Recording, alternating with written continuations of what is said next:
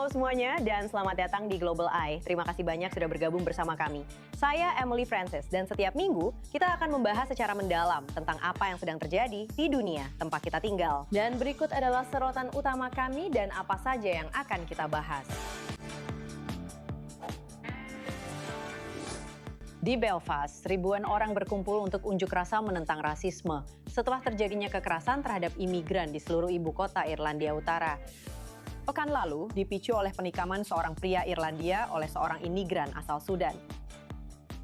Kerumunan warga Albania terus melakukan protes akhir pekan ini menentang rencana pembangunan mewah di sebuah pulau lepas pantai. Proyek tersebut yang terkait dengan menantu Presiden Trump, Jared Kushner, dituduh mengganggu kawasan sensitif lingkungan yang dikenal dengan satwa liarnya. Dengan merebaknya wabah Ebola yang tak terkendali di seluruh Afrika, kekhawatiran meningkat karena puluhan ribu warga Afrika berbondong-bondong ke Amerika Utara untuk Piala Dunia FIFA bulan ini.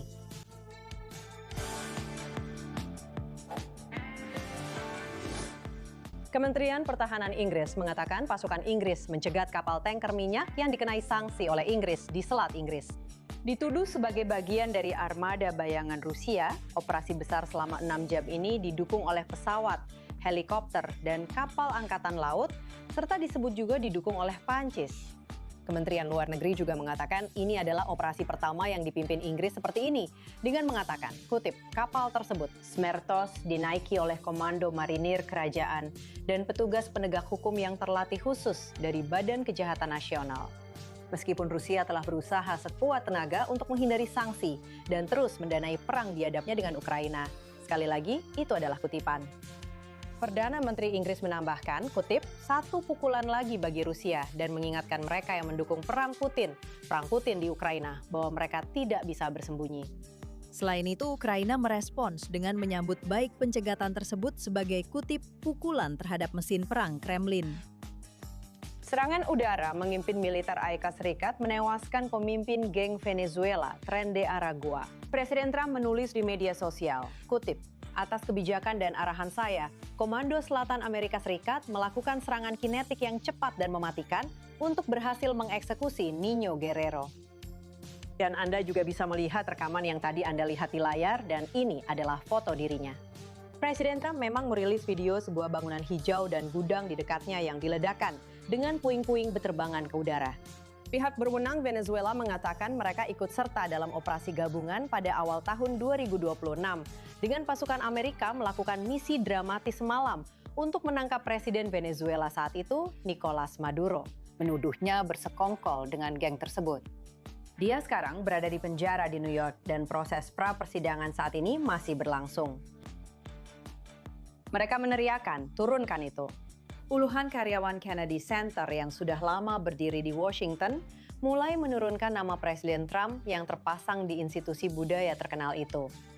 Presiden Trump berjanji untuk merenovasi dan mengganti nama pusat tersebut yang dibuka pada tahun 1971 sebagai peringatan untuk Presiden John F. Kennedy setelah ia dibunuh pada tahun 1963. Seorang hakim federal memutuskan bahwa nama tersebut tidak bisa diubah tanpa undang-undang yang disahkan Kongres. Kongres Amerika Serikat. Mereka adalah satu-satunya kelompok yang dapat mengubah nama tersebut. Hal ini tidak pernah diajukan ke Kongres. Ini tidak sah. Peranca untuk perubahan telah dipasang untuk tenggat waktu hari Jumat. Tetapi Kennedy Center meminta hakim untuk memperpanjang tenggat waktu tersebut hingga hari Sabtu karena badai petir yang melanda daerah itu. Puluhan ribu pendukung LGBTQ+ turun ke jalan di ibu kota Rumania dan Bulgaria pada hari Sabtu untuk parade kebanggaan tahunan mereka. Ini terjadi di tengah meningkatnya penolakan dari kelompok konservatif di negara Kristen Ortodoks tersebut. Saat ini, Rumania adalah salah satu dari 3 negara terakhir di Uni Eropa yang tidak mengakui pasangan yang belum menikah dan pasangan sesama jenis dalam bentuk apapun. Baru-baru ini, Polandia mulai mengakui pernikahan yang dilangsungkan di luar negeri. Selain itu, Warsawa mengesahkan undang-undang tentang kemitraan sipil. Sudah saatnya menurut kami. Dan itulah sebabnya hari ini kami turun ke jalan dalam Bucharest Pride untuk menuntut legalisasi kemitraan sipil. Hari ini kami akan turun ke jalan di Para peserta pawai berjalan melewati Bucharest di Rumania dan Sofia di Bulgaria, seperti yang bisa Anda lihat dengan spanduk warna-warni, mengibarkan bendera, meniup peluit, dan menyerukan kesetaraan. Beberapa gubernur dari Partai Republik mengganti nama Bulan Kebanggaan dengan alternatif yang lebih konservatif. Dan sekarang kita telah mencapai puncaknya.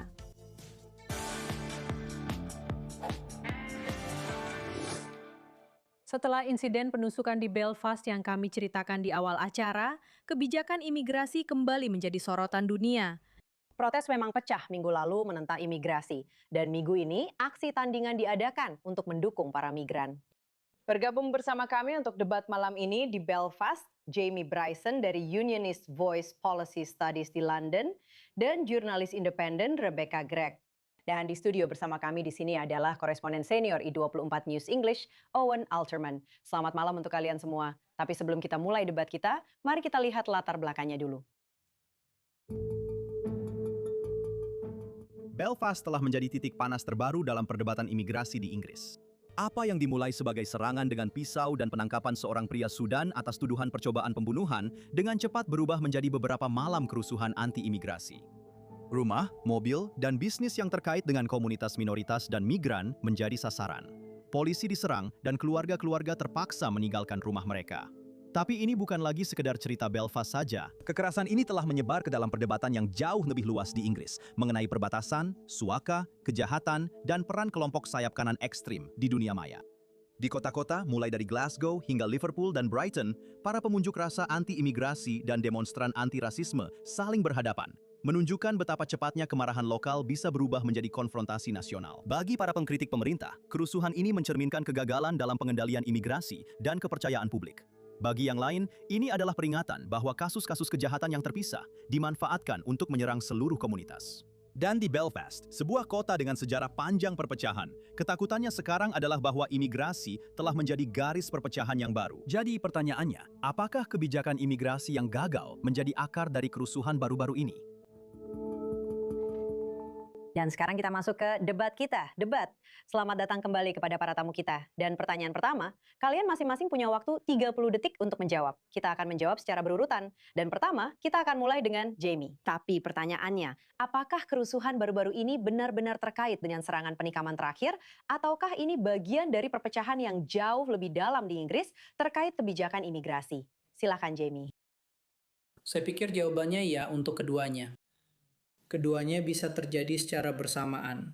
Saya pikir penikaman itu memicu kemarahan, aksi minggu ini. Tapi sudah lama ada kekhawatiran dan masalah yang terus berkembang terkait imigrasi dan dampaknya terhadap masyarakat di seluruh Inggris Raya selama cukup lama. Jadi saya rasa benar kalau ini adalah sesuatu yang sudah lama berkembang, tapi insiden penikaman itu pada dasarnya membuat semuanya memuncak.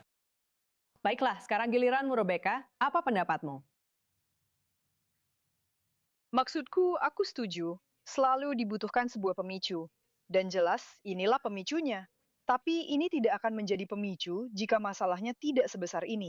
Dan jelas, kamu tahu, meskipun kita melihat kerusuhan ini di Belfast, jelas, kita juga telah melihat kejadian serupa, tidak hanya di seluruh Inggris, tapi juga di tempat lain. Dan jelas, kebijakan imigrasi, baik itu di Amerika Serikat, di Inggris, Irlandia Utara, maupun di seluruh dunia, kita melihat perubahan besar karena orang-orang benar-benar mengungkapkan perasaan mereka. Dan atau aku rasa mungkin merasa diberdayakan untuk melakukannya karena fakta tersebut.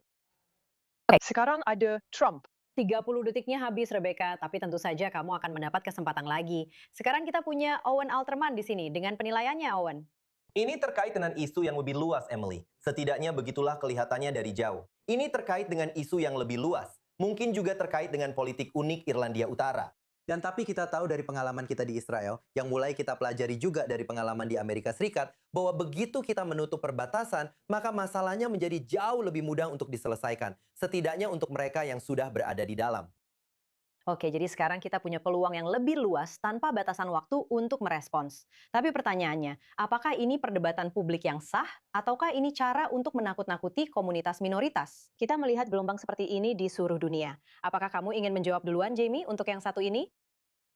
Tidak, saya pikir protes damai selalu menjadi cara untuk mengekspresikan pandangan tentang hal-hal yang menjadi kepentingan publik. Dan ini jelas merupakan sesuatu yang sangat penting bagi kepentingan publik. Ini berdampak pada komunitas di seluruh Britania Raya. Bahkan di seluruh dunia barat juga terdampak. Amerika, Eropa, banyak tempat terdampak oleh hal ini. Jadi tentu saja sangat sah bagi orang-orang untuk melakukan protes secara damai. Jelas, ketika situasi menjadi tidak terkendali, lalu terjadi kekerasan, tentu saja itu menjadi masalah yang berbeda. Tapi saya tidak berpikir kita seharusnya menyarankan agar orang-orang dihalangi untuk melakukan protes damai hanya karena tindakan segelintir orang membawanya ke tingkat yang berbeda. Karena semakin kita mencoba menekan dan menutup-nutupi masalah ini dan tidak membicarakannya, justru itu akan memperburuk keadaan dan membuat orang merasa semakin terpinggirkan, semakin tidak didengar dan diabaikan. Dan itu hanya memicu jenis kemarahan yang telah kita lihat muncul dalam seminggu terakhir. Rebecca, apa yang ingin kamu katakan tentang pertanyaan ini? Saya akan mengatakan bahwa protes itu, kamu tahu, adalah bagian wajar dari demokrasi yang berjalan dengan baik. Dan jelas, di negara manapun yang bangga menyebut dirinya sebagai demokrasi, maka jelas protes damai adalah bagian dari itu. Saya rasa masalahnya benar-benar muncul ketika kamu tahu protes damai kemudian berubah menjadi semacam serangan rasis yang bersifat pribadi. Dan jelas kita juga melihat para demonstran tandingan hari ini, kamu tahu, dalam hal anti-rasisme. Tapi menurut saya, garis itu memang sulit untuk ditentukan. Karena kamu bisa saja punya protes yang sebagian besar damai, tapi jelas akan selalu ada individu-individu yang kamu tahu melakukan serangan rasis. Dan tentu saja, itu tidak berarti kamu harus menghentikan protes tersebut. Tapi menurut saya ya, dalam hal penegakan hukum, memang perlu ada lebih banyak tindakan di bidang itu. Tapi protes itu sendiri menurut saya, kamu tahu, itu sah.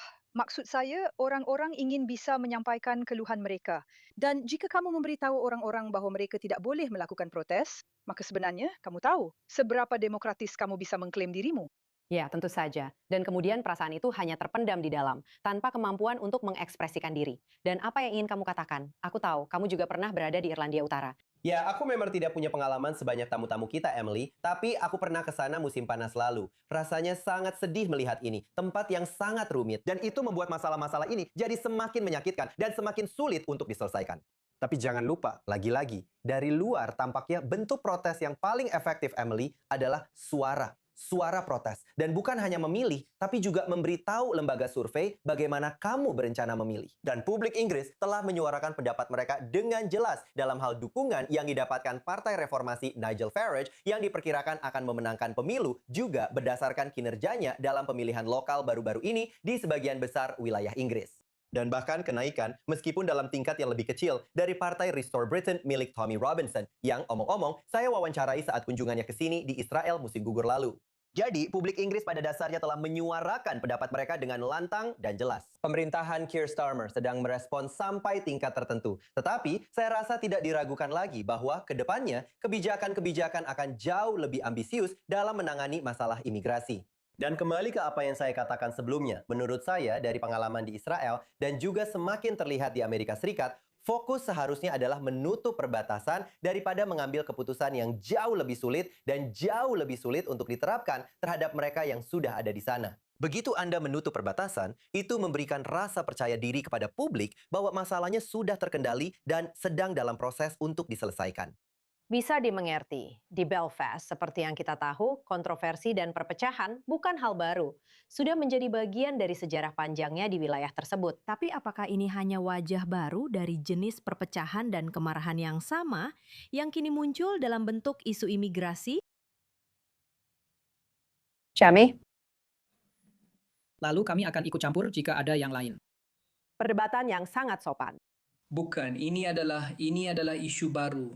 yang melintasi perpecahan tradisional di Irlandia Utara. Karena ada orang-orang dari latar belakang yang secara tradisional, unionis, dan nasionalis. Dulu adalah musuh bebuyutan, yang Anda tahu sekarang memiliki pandangan yang sama terkait isu ini.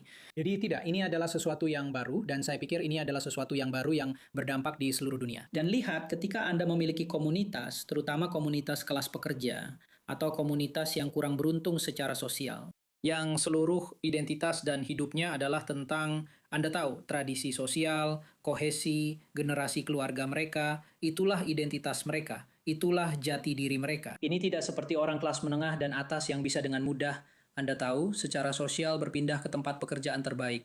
Komunitas mereka adalah segalanya bagi mereka. Dan Manera lihat adalah seluruh wajah, identitas, dan nilai-nilai komunitas mereka sedang berubah dan diubah oleh pemaksaan kebijakan dari para elit politik. Yang maksud saya, tidak harus mengalami pemenggalan kepala di jalanan mereka. Tidak ada hotel penampungan pencari suaka yang ditempatkan di pinggiran kota kelas menengah mereka yang rindang.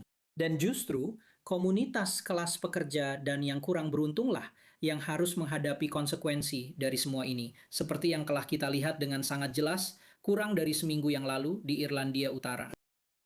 Rebecca, bagaimana pendapatmu? Sebenarnya, aku setuju dengan banyak hal yang kamu katakan. Menurutku, salah satu masalah utama, dan aku ingin mengangkat isu yang lebih luas secara global, karena menurutku ini sangat relevan. Meskipun fokusnya jelas pada Belfast hari ini, sebenarnya kita telah melihat masalah yang sama, seperti yang sudah aku katakan, di seluruh dunia. Bahkan kalau kita pikirkan tentang Tel Aviv, ketika orang-orang memprotes kedatangan orang-orang dari Sudan dan Eritrea, jelas salah satu masalah utamanya adalah itu. Sebenarnya komunitas kelas pekerja di Israel lah yang bisa dibilang merasakan dampaknya. Tentu saja tidak semua orang merasa seperti itu. Dan sebenarnya ada banyak orang juga yang menyambut para pengungsi. Tapi menurutku sering ada perasaan seperti ini, yaitu kadang-kadang orang kelas menengah bisa duduk dengan nyaman dan sangat jauh dari lokasi munculnya titik-titik konflik ini. Dan menurutku, itulah kenapa kita harus sangat berhati-hati dengan perdebatan ini. Karena jelas orang-orang memang punya keluhan yang sah. Tapi menurutku, salah satu masalahnya adalah orang-orang cenderung fokus pada orang luar atau pendatang baru. Ini memang sejarah manusia. Manusia selalu berpindah-pindah. Orang-orang selalu mencari keamanan, kehidupan yang lebih baik di tempat lain. Tapi kemudian yang jelas, apa yang terjadi pada komunitas yang mereka masuki. Dan seringkali orang-orang di masyarakat yang mereka datangi juga adalah warga kelas pekerja lain yang sedang berjuang. Jadi dalam beberapa hal, semacam konflik tampaknya, sayangnya, hampir tak terhindarkan. Ya, dan kita telah melihat itu berulang kali di seluruh dunia dan sepanjang sejarah. Dia mengemukakan poin yang bagus, Owen. Apa yang ingin kamu tambahkan tentang itu? Lihat, jelas ada dimensi global di sini. Dan Rebecca benar, di Israel kami punya, menurut saya, wali kota Eilat yang ingin menempatkan para migran Eritrea ke dalam bus dan mengirim mereka ke lingkungan mewah di Tel Aviv atau pinggiran kota mewah Tel Aviv untuk menegaskan maksudnya. Dan begitu banyak orang Eritrea dan Sudan terkonsentrasi di satu lingkungan di Tel Aviv, dekat terminal bus pusat, dan jelas tidak seimbang.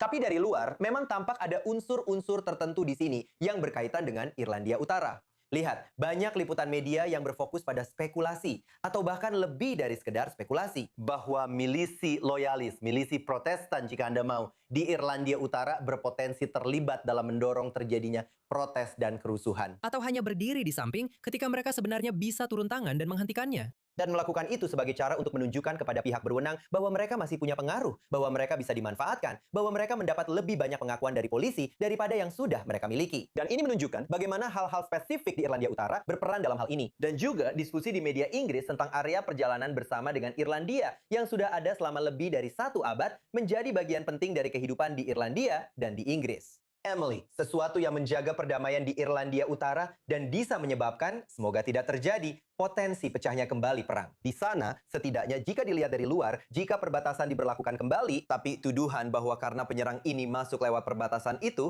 mendarat di Dublin dengan penerbangan dari Paris, lalu datang ke Irlandia Utara. Bahwa area perjalanan bersama itulah yang jadi masalah. Tapi saya rasa pemerintah Inggris pada dasarnya sudah masuk dan berkata, tidak ada yang bisa kami lakukan soal ini. Kami benar-benar tidak bisa mengubah itu. Kami terikat dengan itu. Kami harus mencari solusi kebijakan di tempat lain. Dan Emily, semakin kamu mempersempit jenis solusi kebijakan yang bisa kamu ambil, semakin kamu memperkuat perdebatan. Dan saya pikir, sekali lagi, itulah yang sedang kita lihat dalam politik Inggris. Dan seperti apa dampak politik yang kamu harapkan, Jenny? Maksud saya, kita tahu ada banyak kritik terhadap Perdana Menteri Keir Starmer. Banyak seruan agar dia mengundurkan diri. Apakah ini sesuatu yang bisa meledak secara politik dan menjadi isu yang jauh lebih besar daripada imigrasi itu sendiri? Ya, saya rasa Perdana Menteri Starmer mengalami masa yang sangat sulit selama menjabat. Dia terus-menerus diterpa oleh isu-isu seperti ini dan kebijakannya tentang imigrasi sangat buruk. Pada dasarnya, dia telah melabeli semua orang, termasuk para demonstran damai, sebagai rasis. Dan banyak orang di Inggris merasa bahwa dia lebih tertarik untuk mengakomodasi ideologi asing daripada memperhatikan warganya sendiri dan rakyat Inggris. Dia hampir merasa malu dengan negaranya sendiri. Jadi ada banyak perasaan negatif terhadap Perdana Menteri. Masalahnya dalam hal area perjalanan bersama adalah Irlandia Utara berada dalam situasi yang sangat sulit karena caranya sendiri, atau instrumen yang disepakati pemerintah Inggris dengan Uni Eropa, di mana Irlandia Utara pada dasarnya memiliki perbatasan terbuka dengan Uni Eropa melalui Republik Irlandia. Jadi orang-orang yang memiliki kebebasan bergerak di Uni Eropa bisa saja masuk ke Inggris melalui Irlandia Utara lewat pintu belakang. Jadi salah satu hal yang diputuskan oleh rakyat Inggris untuk diakhiri dengan keluar dari Uni Eropa adalah kebebasan bergerak. Namun, warga negara Inggris di Irlandia Utara belum mendapatkan manfaat dari hal itu karena mereka masih bisa merasakan dampak yang sama melalui pergerakan orang-orang dari Republik Irlandia ke Inggris Raya, seperti yang telah kita lihat pada individu yang diduga terlibat dalam tindakan kekerasan minggu lalu yang sekarang telah didakwa. Jadi semua masalah ini membutuhkan solusi kebijakan, tetapi juga membutuhkan pemerintah Inggris Raya untuk tegas dalam melindungi perbatasan mereka dan warga negara mereka sendiri, serta memprioritaskan warga negara mereka sendiri. Dan orang-orang tidak perlu malu jika pemerintah manapun mengatakan bahwa tujuan utama mereka adalah melindungi warga negara mereka sendiri, menjaga integritas kerajaan mereka sebelum melakukan hal lain. Dan menurut saya, pemerintah Inggris seringkali salah prioritas. Mereka lebih tertarik untuk menyenangkan ideologi asing atau pemerintah asing daripada menjaga rakyat mereka sendiri dan integritas nasional mereka sendiri. Dan Rebecca, kamu tinggal di Inggris. Kamu tahu, maksudku aku baru saja di sana beberapa minggu yang lalu. Memang benar ada banyak dampak lanjutan dan sorotan terhadap Perdana Menteri. Apakah ini benar-benar akan jatuh ke tangannya dan berpotensi semakin memperburuk posisinya? Maksudku, sulit membayangkan dia bisa menjadi lebih tidak populer dari sekarang. Aku rasa kamu tahu dalam hal itu, apakah benar-benar bisa? Apakah situasinya bisa menjadi lebih buruk lagi untuknya? Dan menurutku salah satu, kamu tahu, isu utamanya jelas. Kamu tahu, ketika berbicara tentang imigrasi, itu adalah poin utama dan kebijakan yang sangat penting. Karena maksudku jelas, bukan hanya dalam hal generasi, tapi juga dalam hal, kamu tahu, kita jelas hanya perlu melihat Brexit. Jelas, kita belum menyebutkannya secara langsung. Tapi jelas, salah satu alasan utama terjadinya Brexit adalah karena kamu tahu, ingin mengambil kembali kendali. Apa maksudnya itu? Juga mengambil kembali kendali atas perbatasan kita. Kamu tahu, ini adalah tema besar yang terus berulang. Namun yang juga ingin saya katakan adalah, kamu tahu, dari sisi lain menurut saya, seringkali orang berpikir bahwa, kamu tahu, imigran atau migran atau pengungsi atau siapapun itu, kamu tahu, orang-orang, para pendatang baru, sangat mudah untuk menyalahkan mereka. Padahal sebenarnya, selain itu kamu juga harus melihat lagi pada hal-hal sistemik yang lebih global, yang sebenarnya, kamu tahu, membuat orang-orang tetap terpuruk.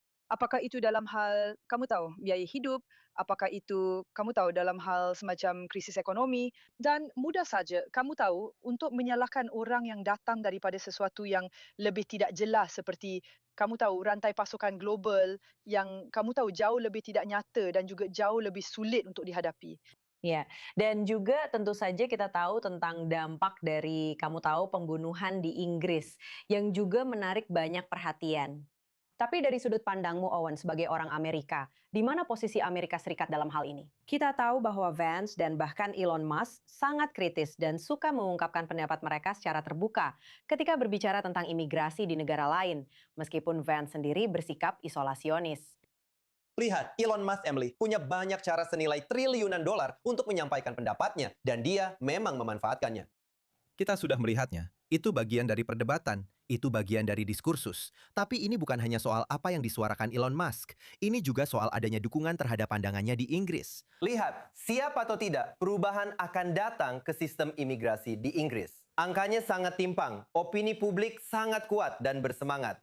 Isu ini sangat tinggi dalam agenda publik.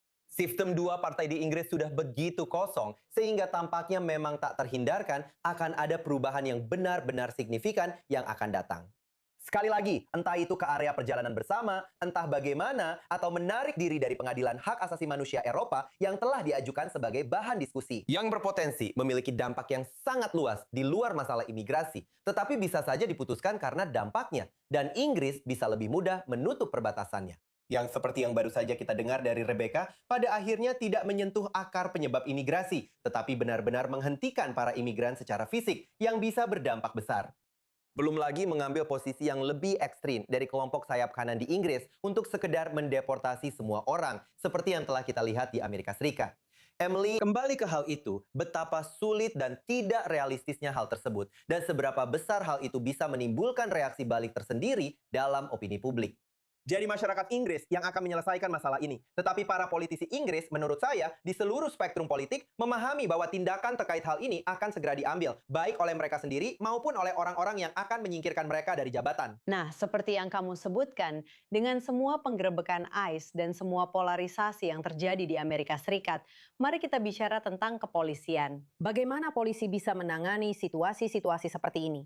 Apakah kehadiran polisi sudah cukup? Apakah ada tekanan untuk tidak bertindak terlalu keras dan menyebabkan lebih banyak kekerasan yang justru akan membuat situasi semakin tidak terkendali? Apakah ada solusi dari sudut pandang kepolisian tanpa membuat lebih banyak orang terluka? Jamie, silahkan duluan. Menurut saya, polisi harus sangat berhati-hati dalam menangani para pengunjuk rasa yang damai terlebih dahulu. Jadi mereka perlu memfasilitasi aksi protes yang damai. Jelas, mereka tetap punya tugas jika aksi protes damai itu berubah menjadi kekerasan.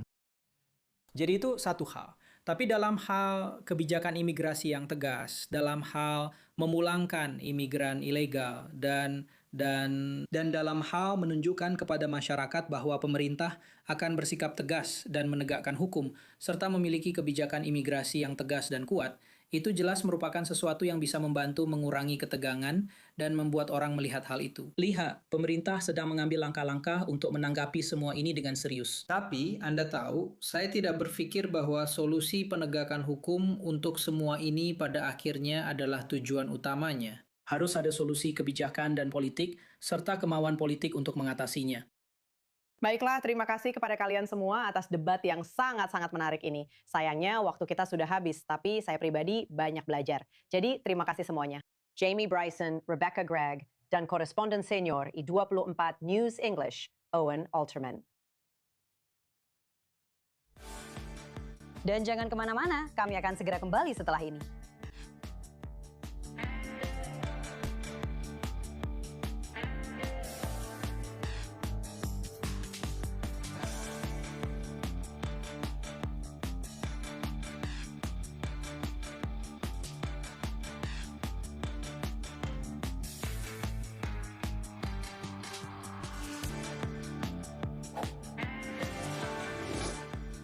Selamat datang kembali di Global Eye. Saya Emily Franz.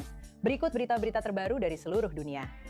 Di Republik Demokratik Kongo, kelompok politik yang saling bersaing bentrok saat unjuk rasa menentang rancangan undang-undang yang dapat membuat presiden tetap berkuasa melewati batas 2 masa jabatannya.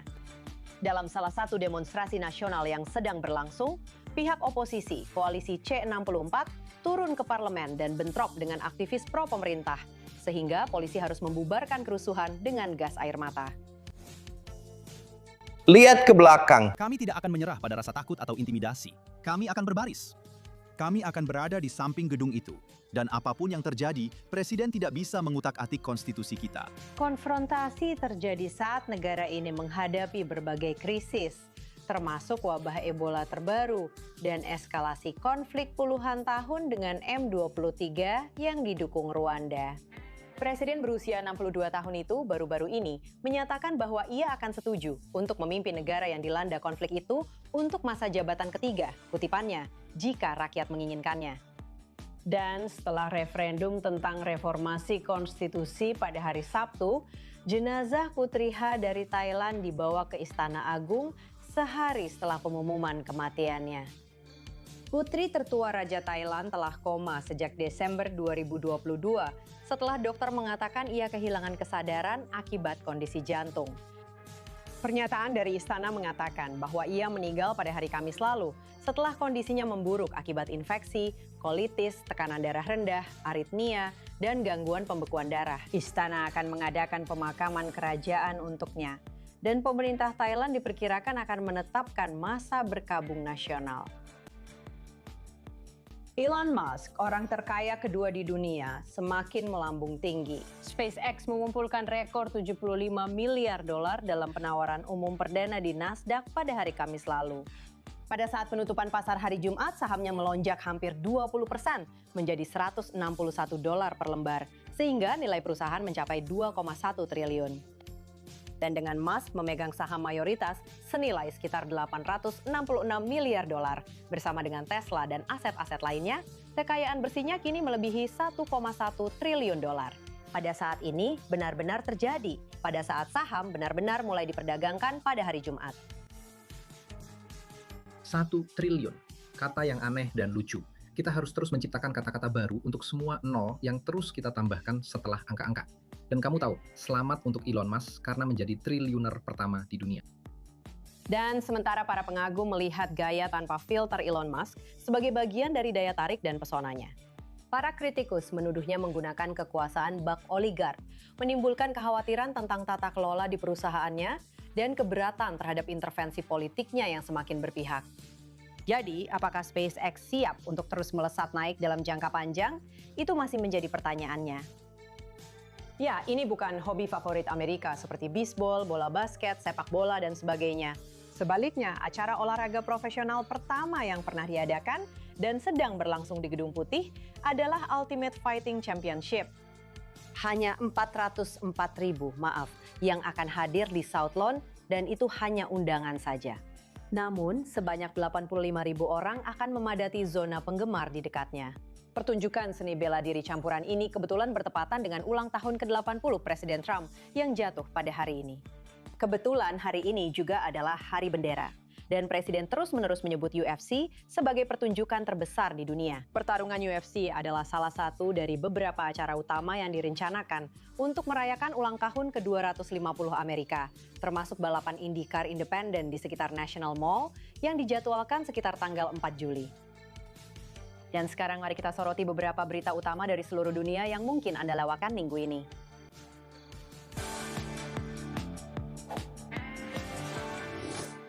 Masih seputar tema Presiden Trump, sebuah proyek resor mewah yang terkait dengan Jared Kushner, menantunya, menghadapi semakin banyak penolakan di Albania, di mana para pengunjuk rasa mengatakan bahwa lahan yang dilindungi dan akses publik dikorbankan demi pembangunan pribadi.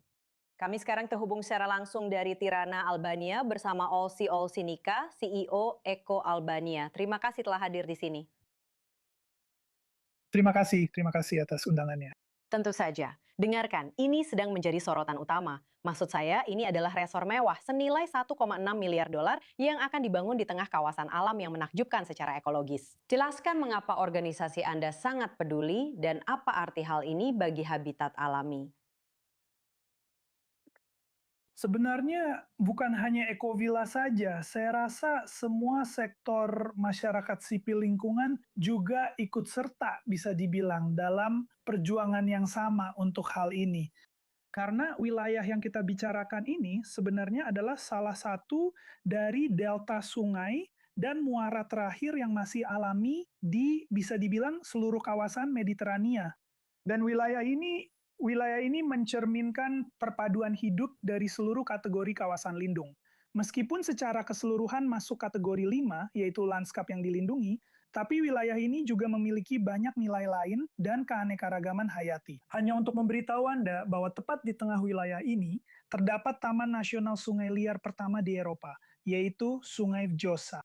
Dan tentu saja wilayah ini adalah rumah bagi begitu banyak spesies yang khas, langka, dan penting, terutama burung, tetapi juga mamalia seperti flamingo, pelikan dalmatia, penyu laut alis panjang, dan juga anjing laut biarawan Mediterania. Jadi Anda tahu, dengan demikian, seperti yang Anda katakan, ini adalah salah satu yang terakhir. Maksud saya, kita sedang menghadapi krisis global antara pemanasan global dan dunia, yang pada dasarnya mulai mengering. Apa konsekuensinya nanti? Meskipun itu tidak akan menghancurkan habitat dan semua hewan ini akan mati atau terusir, tapi apa sebenarnya dampaknya? Apa yang akan terjadi pada keseluruhan seperti yang Anda katakan, harmoni dan hidup berdampingan, serta Anda tahu sintesis yang tercipta dengan adanya tempat-tempat seperti ini di planet bumi? Ya, sebenarnya ini adalah tempat perlindungan terakhir bisa dibilang bagi keanekaragaman hayati dan satwa liar di seluruh dunia, Anda tahu. Dan kita tidak punya banyak alam yang tersisa. Sayangnya karena Anda tahu masyarakat selalu ingin perkembangan yang cepat, seperti resort wisata, seperti properti, dan tentu saja juga industrialisasi. Dan hanya sedikit sekali bagian alam yang tersisa yang menjadi tempat bagi keanekaragaman hayati yang memiliki nilai konservasi alam. Dan ini sebenarnya satu-satunya cara normal bagaimana kita bisa melestarikan alam di alam atau secara in situ. Dan inilah kawasan yang dilindungi. Dan itulah sebabnya kawasan ini ada, karena sebenarnya tempat-tempat ini bukan hanya milik kita saja, atau bahkan bukan milik kita sama sekali. Pada dasarnya, karena tempat-tempat itu milik generasi mendatang. Dan inilah menurut saya satu-satunya tempat di mana alam bisa berkembang secara alami dan bisa menopang, bahkan menopang umat manusia. Ya, tapi mari kita bicara tentang potensi keuntungannya. Maksud saya, Albania adalah negara kecil seperti yang kita semua tahu. Jadi, apakah jenis pembangunan dan investasi seperti ini bisa baik untuk ekonomi, lapangan kerja, dan sebagainya? Maksud saya, apakah ada sisi positifnya?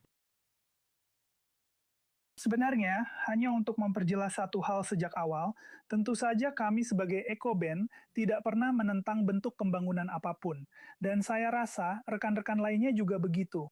Tapi ketika berbicara tentang jenis pembangunan seperti ini, yang dianggap terjadi di dalam jaringan kawasan lindung, maka disitulah masalahnya. Tentu saja, Anda tahu harus ada garis merah antara apa yang bisa kita lestarikan dan apa yang bisa kita wariskan kepada generasi mendatang. Tapi untuk memberi Anda satu angka yang sangat penting, 1/5 dari wilayah Albania adalah kawasan lindung.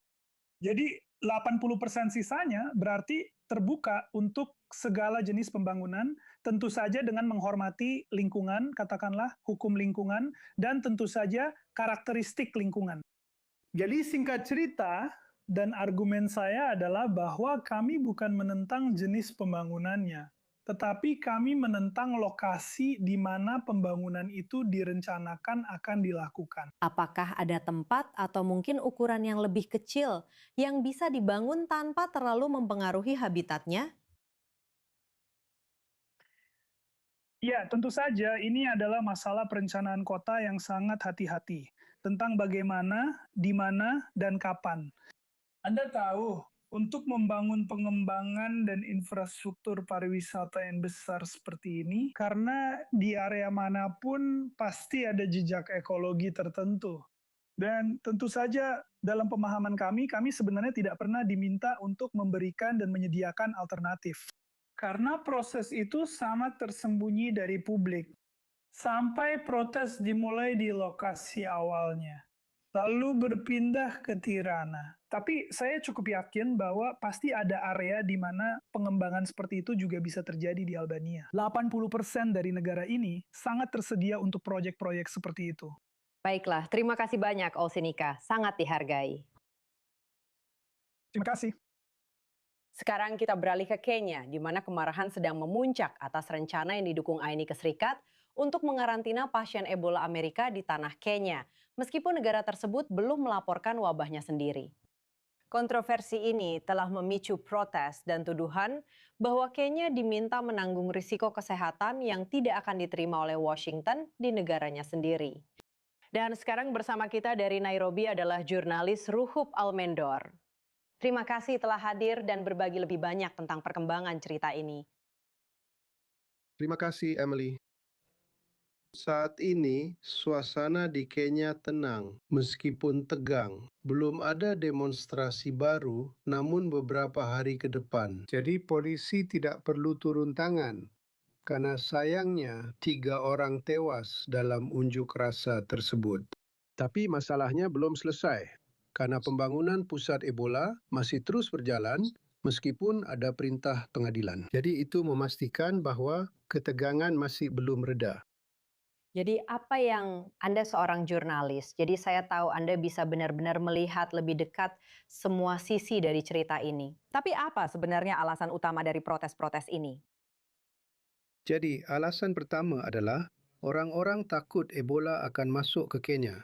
Dan itu bukan hal yang aneh. Karena Kenya selama 17 wabah yang terjadi dalam beberapa dekade terakhir tidak pernah memiliki satu pun kasus Ebola. Jadi orang-orang takut ketika Anda membawa orang yang berpotensi terinfeksi, virus itu bisa menyebar di negara ini. Dan kemudian yang kedua, pemerintah tidak terlalu transparan dalam proses mereka. Tiba-tiba orang Amerika datang dengan dana 13,8 juta dolar untuk membangun sebuah fasilitas dan masyarakat tidak diberitahu. Jadi Anda bisa melihat di banyak saluran Kenya bahwa keluhan-keluhan itu tentang hal tersebut, yaitu kurangnya transparansi. Dan bagaimana pemerintah menanganinya? Apakah semua protes itu ditangani dengan baik? Ya, kurangnya transparansi entah bagaimana masih terus berlanjut. Apa yang sekarang dilakukan oleh pihak berwenang adalah membandingkannya dengan kebijakan yang sudah ada, di mana sudah ada 23 pusat lain yang bisa menangani infeksi. Tapi tetap saja, itu belum cukup bagi masyarakat. Mereka terus bertanya-tanya, kenapa tiba-tiba orang Amerika dan kenapa tiba-tiba orang yang terinfeksi dari negara lain? Jadi pengadilan Kenya sebenarnya sudah menangguhkan proyek tersebut, benar? Tapi laporan mengatakan bahwa personel pesawat Amerika Serikat masih terus berdatangan. Apakah ini sekarang menjadi masalah kedaulatan negara selain juga ketakutan akan kesehatan masyarakat?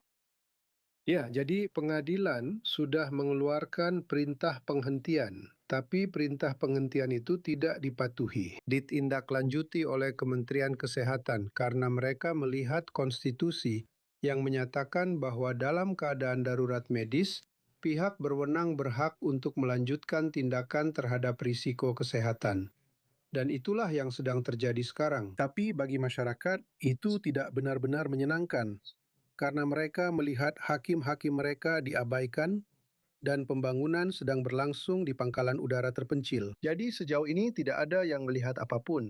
Anda hanya bisa melihat dari udara. Ada beberapa gambar satelit di mana Anda bisa melihat 12 tenda putih. Tapi hanya itu, tidak ada yang melihat apapun yang terjadi di dalam sana. Baiklah, terima kasih banyak Ruth atas wawasan Anda. Terima kasih juga. Beralih ke New York, kota yang tidak pernah tidur ini telah mulai menyebarkan kabar. New York Knicks mencetak sejarah dengan meraih gelar juara NBA pertama mereka dalam lebih dari 50 tahun. Kemenangan ini sangat emosional dengan perayaan yang masih berlangsung, namun dalam beberapa kasus berubah menjadi kekerasan. Berikut laporan selengkapnya dari I24 News English, Michelle Keki. Setelah lebih dari setengah abad puasa gelar juara, para penggemar Knicks sangat haus akan kemenangan. Selama beberapa generasi, para penggemar Knicks bermimpi meraih kemenangan di kejuaraan NBA. Gelar terakhir tim ini diraih pada tahun 73. Setelah kemenangan dramatis 107-106 oleh Knicks di game keempat di kandang mereka sendiri, Knicks menghadapi Spurs di San Antonio untuk game kelima. Kau tahu, kami menang. Meskipun Spurs tampak menguasai permainan di awal, Knicks menunjukkan ketangguhan yang menjadi ciri khas perjalanan mereka di playoff, mengambil alih kendali di akhir kuarter keempat. Kota New York meledak dalam lautan biru dan oranye. Salah satu pemain tim secara tidak sengaja menyiarkan langsung perayaan di ruang ganti mereka di media sosial. Tunggu, gimana cara mengakhirinya? Hei, gimana cara matiin siaran langsungnya? Sementara sebagian besar penggemar tetap tenang, beberapa perayaan berubah menjadi kekerasan. Sekitar jam 2 pagi, polisi mengatakan ada tembakan di dekat Times Square. Kejadian itu terekam kamera, sebuah bus sekolah juga dibakar. Polisi mengatakan telah melakukan penangkapan. Belum jelas berapa banyak, meskipun terjadi kekacauan.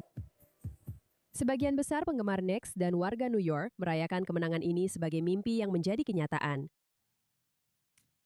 Pada bulan Desember, Israel menjadi negara pertama dan satu-satunya yang secara resmi mengakui negara Somaliland di tanduk Afrika. Hari ini Presiden Somaliland memulai kunjungan ke Yerusalem dengan perayaan besar dari kedua belah pihak. Owen Alterman, koresponden senior I24 News English, melaporkan. Sambutan resmi kenegaraan di satu-satunya negara tempat dia bisa mendapatkannya. Presiden Somaliland melangkah di atas karpet merah menuju kediaman Presiden Israel di Yerusalem, menandai hubungan khusus yang mulai tumbuh antara Somaliland dan Israel. Gambar-gambar indah rakyat Somaliland yang melambaikan bendera Israel untuk merayakan hubungan baru ini menghangatkan hati kita semua, Tuan Presiden. Hari ini kami juga sangat senang melihat bendera Somaliland berkibar di kediaman Presiden dan di seluruh Yerusalem. Israel mengakui Somaliland pada bulan Desember lalu sebagai negara pertama dan masih satu-satunya yang melakukannya. Selama 35 tahun, Somaliland secara praktik telah merdeka dengan ibu kota di Hargeisa dengan pemerintahnya yang mengendalikan wilayahnya sendiri. Sejumlah negara telah memperlakukan Somaliland sebagai negara merdeka, tetapi hanya Israel yang secara resmi mengakuinya sebagai negara merdeka. Warga Somaliland sangat gembira. Mulai dari Presiden Abdirahman Mohamed Abdullahi dan seterusnya. Israel telah menjadi bagian dari sebuah gerakan yang akan dikenang dalam sejarah diplomatik bangsa kami. Dan kami tidak menganggap isyarat itu dengan enteng. Kedua negara ingin memperdalam hubungan, mulai dari keamanan, pertambangan, hingga mendukung jalur pelayaran melalui Teluk Aden. Para analis melihat hubungan Israel dengan Somaliland sebagai bagian dari aliansi geopolitik yang sedang berkembang dengan Uni Emirat Arab dan negara-negara lainnya. Kita berdua menghadapi ancaman ekstremisme radikal. Kita berdua mencari keamanan dan stabilitas di kawasan ini dan di tanduk Afrika. Kita berdua melihat pentingnya melindungi kebebasan maritim. Presiden Abdullahi juga mengunjungi Yad Vashem Holocaust Memorial, sebuah momen yang penuh makna. Kembali ke topik Ebola, tapi sebelumnya mari kita bicara tentang hampir 3 tahun epidemi COVID-19 dan berbagai mutasinya yang lebih berbahaya, yang membuat miliaran orang di seluruh dunia terhenti. Namun saat kita mulai kembali menjalani kehidupan, apakah para pemimpin dan masyarakat benar-benar sudah melupakan? Dan apakah epidemi akan terjadi lagi?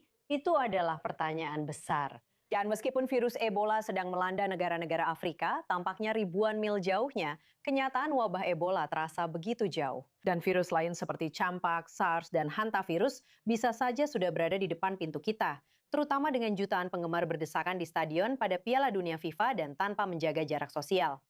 Bergabung bersama kami sekarang adalah Mark M. Malfarb, pendiri dan CEO Diatic International, yang bergabung dari kota New York. Selamat malam untuk Anda dan selamat siang di waktu Anda. Baik, selamat malam. Terima kasih sudah mengundang saya. Jadi Diatic adalah perusahaan bioteknologi global yang terdaftar di Nasdaq, yang telah menangani virus dan penyakit selama bertahun-tahun. Tapi ceritakan kepada kami tentang Ebola secara khusus, karena penyakit ini sedang menjadi berita utama di seluruh dunia. Seberapa mematikan penyakit ini? Menurut WHO dan lembaga lainnya, tingkat kematiannya berkisar antara 30% hingga 50%. Beberapa bahkan mengatakan bisa setinggi 90%. Tapi saya rasa lebih tepatnya sekitar 30-50% yang mematikan. Jadi Anda sedang membicarakan tentang virus mematikan utama yang sedang menyebar di Afrika. Dan kita ingin memastikan virus itu tetap di sana dan tidak menyebar ke negara-negara lain di seluruh dunia. Sekarang, seperti yang kita lihat dengan Piala Dunia, jelas sangat-sangat seru. Orang-orang sudah melupakan jaga jarak sosial seperti yang saya katakan, yang dulu harus kita jalani selama COVID. Tapi ada 10 tim nasional Afrika yang berpartisipasi, puluhan ribu penggemar yang datang dari Afrika. Apa yang kita lakukan atau tidak lakukan untuk memeriksa hal ini saat orang tiba? Dan apakah itu berguna jika seseorang mungkin membawanya tapi belum menunjukkan gejala? Ya, saya pikir pemerintah telah mengambil langkah pencegahan dan langkah yang baik untuk mencoba mencegah penyebarannya. Seperti yang Anda katakan, Anda tahu, jika masa inkubasinya 21 hari atau lebih lama, Anda tahu jika salah satu dari, katakanlah, pengunjung dari negara Afrika atau tempat lain yang telah terpapar virus, itu sebenarnya bisa mulai menyebar. Anda tahu, lebih banyak wabah di sini, Diana Teresa. Atau di Meksiko, atau di Kanada, tempat ada acara besar yang sedang berlangsung, atau di mana saja. Itu bisa saja, Anda tahu, di pesawat yang melintasi langit. Jadi ini benar-benar ancaman potensial. Tapi Ebola sebenarnya bukan inti ceritanya. Ceritanya di sini adalah kita tidak siap. Kita tidak belajar dari COVID-19.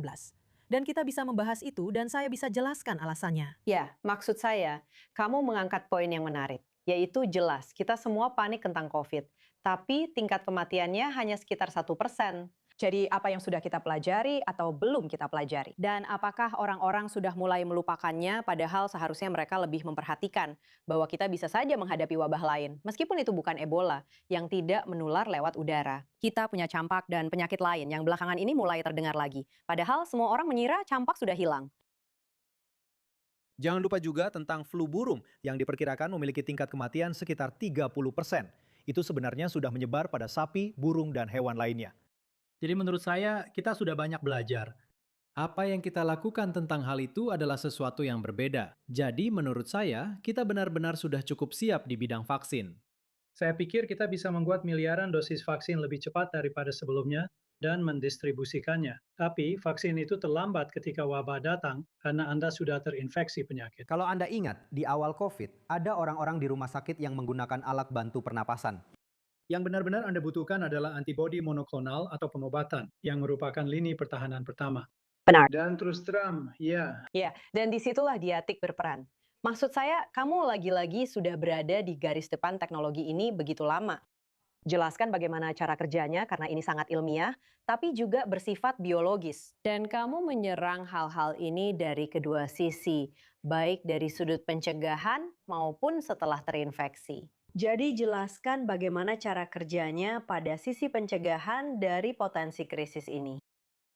Baik, pertama-tama izinkan saya menjelaskan. Anda tahu dengan koneksi kami dengan Israel, dengan Institut Penelitian Biologi Israel, Koalisi Inisiatif Kesiapsiagaan Epidemi, CEPI, Pusat Vaksin Uni Eropa, dan Universitas Oxford, Scripps, serta lainnya. Kami telah bekerja sama dan sedang bekerja sama, semacam berusaha, katakanlah, menyelesaikan masalah besar yang ada. Masalah besar yang ada adalah metode tradisional yang kita gunakan saat ini untuk antibodi monoklonal adalah menggunakan lini sel mamalia. Mereka tumbuh terlalu lambat, menghasilkan terlalu sedikit, dan biayanya terlalu mahal.